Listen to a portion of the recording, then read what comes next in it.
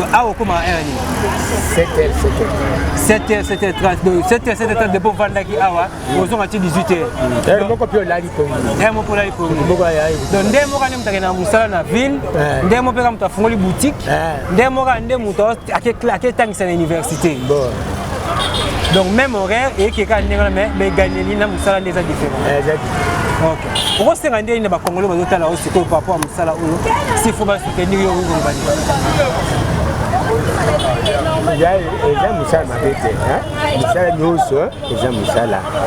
Soki dawo za mutu akomsubira za mafoyo, ko disa musala, eza pe musala. Ndike yao yangwana ya lezoni bawa bawo bazana nani te soka mimi kufunga bangoko buka pe etumwa maka o wazana nane kuna niko zange ko sala boy kaka bongo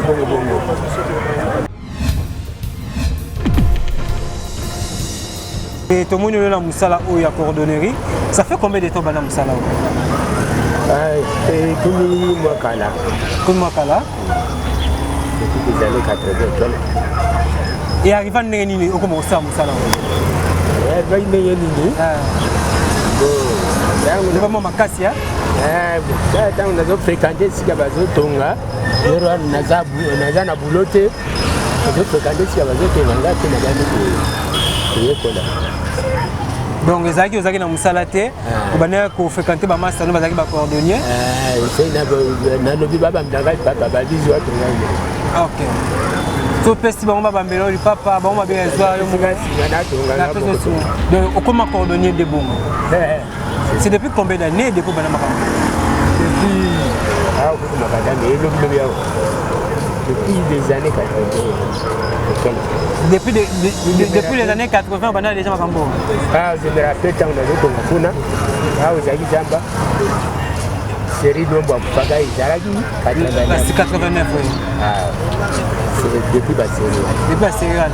Donc depuis 89, je bana makambo. Et le musala oyo ningo mona ngo boye. Nini pena ebemelio ya malamu. Comme souvenir papa Jean-Jacques Sotali bino ngena musala oyo coordonnerie na sala ya romte ko misanga boye pe romte mimela ngai loko.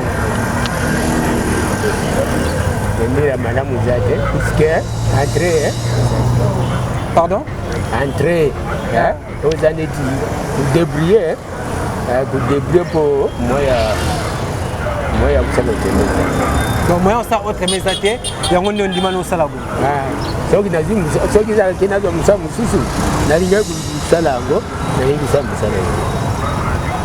Ok, donc ça est vraiment bien. Donc on t'encourage dans Moussala de parce qu'il n'y a pas de sous-métier. Il n'y a pas de sous-métier. Puisque boulot métier, c'est où développer le pays. Les autres sont à belle net de loi.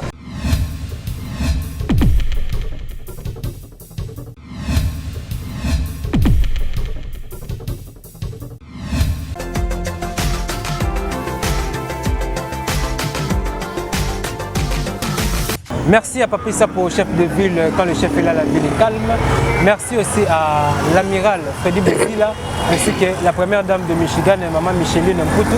Et surtout base, M. Sapiste à niveau de Michigan, ils ont déjà à Kouvanda, donc Balinga Rapi, à l'émergence sur la télévision. Merci Nabino vraiment parce que vous aurez toujours présent. Merci vraiment à Carlos et José ainsi que Sandra Tumbamba pour le niveau de Londres. Et je vois aussi Junior Kapayana Sima à la caméra et surtout l'équipe Mobimbawe accompagnée par M. Sapiste. Donc c'est toujours votre émission Kini Alelo avec plusieurs réalités. La ville de Kinshasa, donc nous avons vraiment pour nous mettre la bino d'informations, comme la bino d'image, évolution, comment est-ce que les Congolais vont évoluer, les Congolais lire en nini, les Congolais la en nini, les Congolais ça la nini. Il faut boyer parce que on a repris ce programme parce que tout le monde arrive vraiment que non, ils vraiment nécessaire pour répondre au programme parce que il y a plein de choses à parler, il y a plein de choses à dire dans le Congo pour les autres et on vraiment besoin déjà on a déjà champ parce que on n'a pas vraiment assez de temps à perdre parce que pour visiter il y a des artistes parce que les coordonnées des artistes et papa Papa Mbote. Oui, papa émergence sur la télévision et Kini Alelo. Mais pour visiter un atelier, je ne sais pas moi, si je peux l'appeler atelier, tu es le loco visiter ici ka osaka musala na yo tango la mukaka tongo uyaka awa pona koluka. C'est pas pour blaguer, c'est pas pour s'amuser uyaka awa donc ezaka pona ko travailler. Avant toute chose, nous allons se présenter les bossons et bandeko bazota la biso comme on a onani et puis au vendre. Pardon? Bachigé Jean-Jacques. Bachigé. Jean-Jacques. Bachigé Jean-Jacques. Oui, papa Bachigé Jean-Jacques. Nous avons mwana mumbele to uitaka ba quartier to commune ya Libanda. Ndazana mumbele gawa. L'avenue nini? Avenue Fayala. Avenue Fayala. Oui, papa Bachigé Jean-Jacques. Oui, papa, merci parce que vous accordez biso temps au Tozanango, Nayo, et tout le monde est dans Moussala ou à coordonnerie. Ça fait combien de temps dans Moussala? Comme moi, Kala. Comme moi, Kala? Depuis des années 80. Et arrivant à Nérénini, on commence à Moussala. Oui, Nérénini. C'est vraiment ma casse, hein? Quand on a fréquenté Sigabazo Tonga, on a bouloté.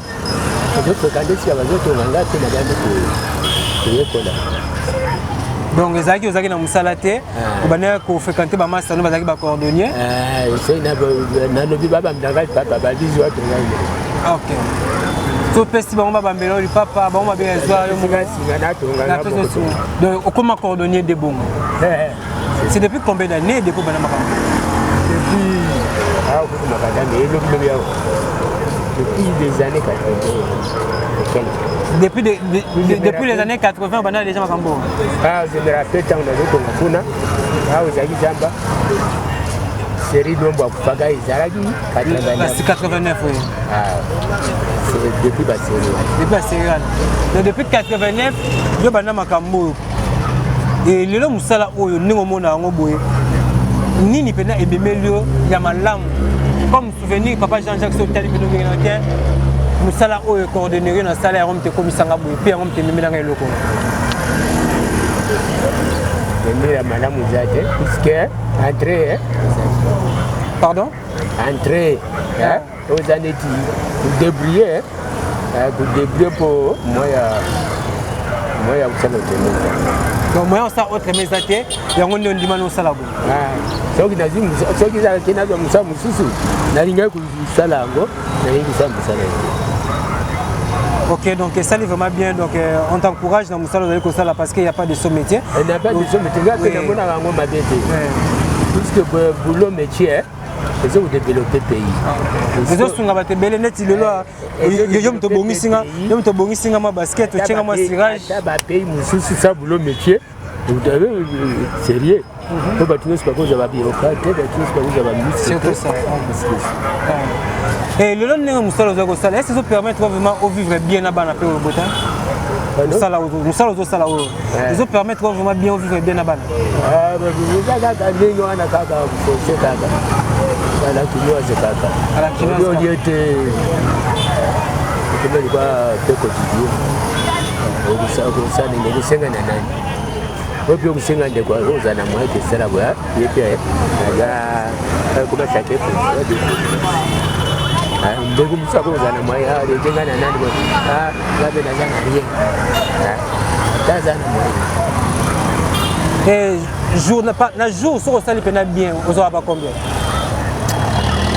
jour mais de on doit taper 5 $. Non sur ça les bien aussi $5. Moi ni babulo na biso yali ba catégorie A et catégorie par catégorie les ba catégorie na biso za catégorie A donc on doit plus de 2000 $. Ce qu'on doit dire 1000 $.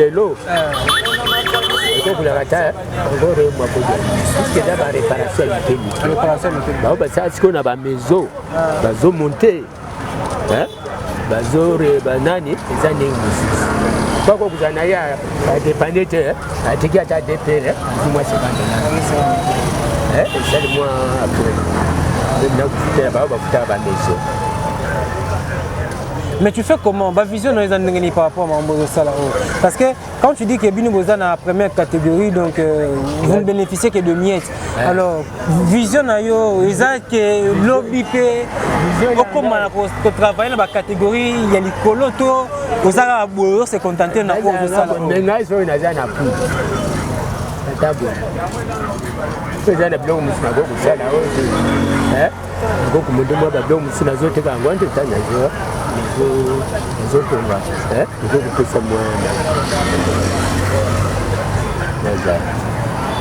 Ndenge osala mpe mosala toyebi ke bato ebele basala mosala mpe bankadra mpe bana babimisa mpe bana na expérience oza nango na bambula ebele oyo osali mosala oyo obimisa mpe bana baoyo tobandi kosala na bango bamosi bakanzana donc format mpe bana bakanzana alors namonaki sikoyo soki olobi ke mosala mpe bazwaka mpe baede yo basalisaka ifo ozala mpe ifo otala ntre po bango mpe ifo baliaka ti bango mpe baza bato blitongo bakozunga maboko bile te etali bidu yango rentre kuturu ya yo moko ezokoka te sud mpe ya nani kamozobele ntango ozwa bato ifo moto ali azwa mwa kozunga neso ada mosika donc efereke nafana ngambo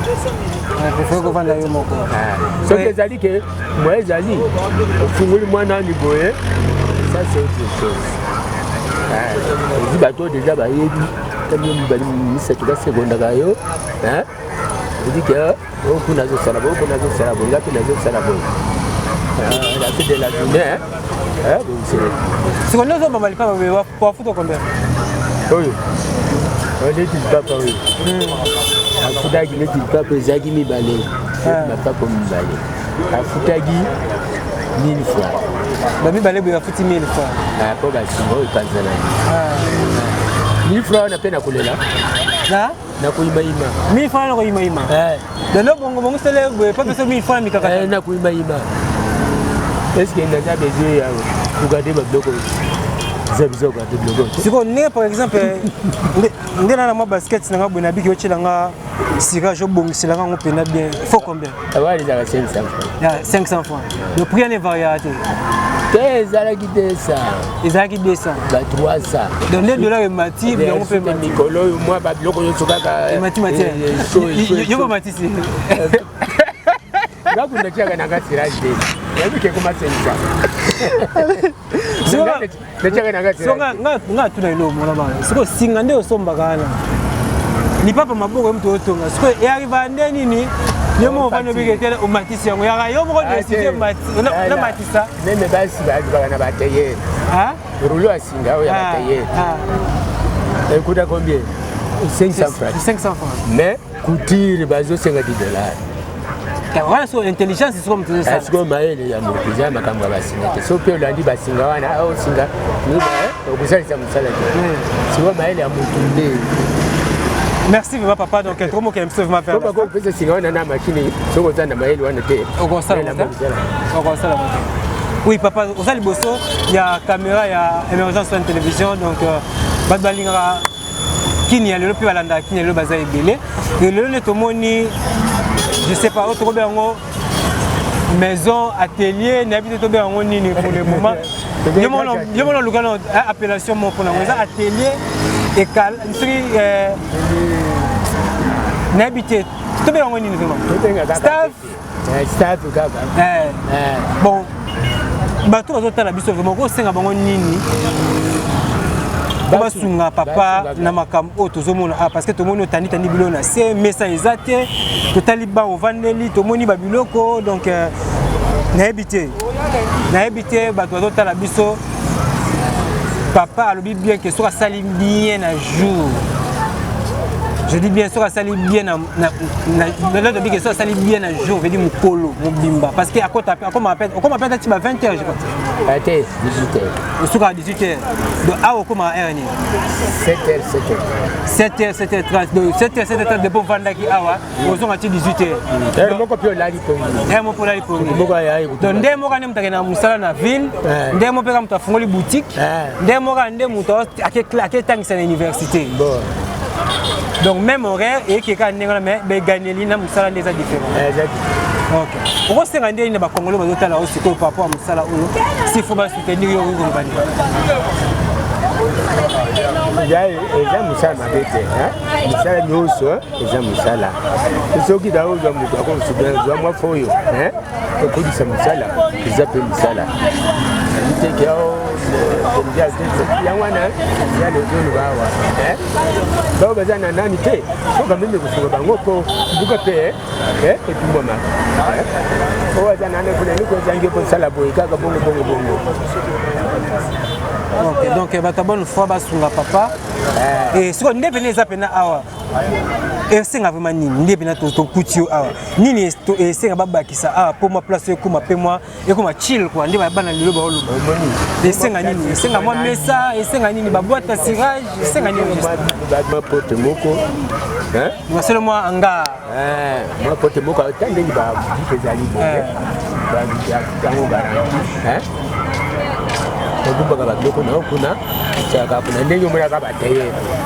bon, le bien là, il a une question. Est-ce que vous avez la mesure de fabriquer des chaussures? Il faut que vous ayez un banane, banane.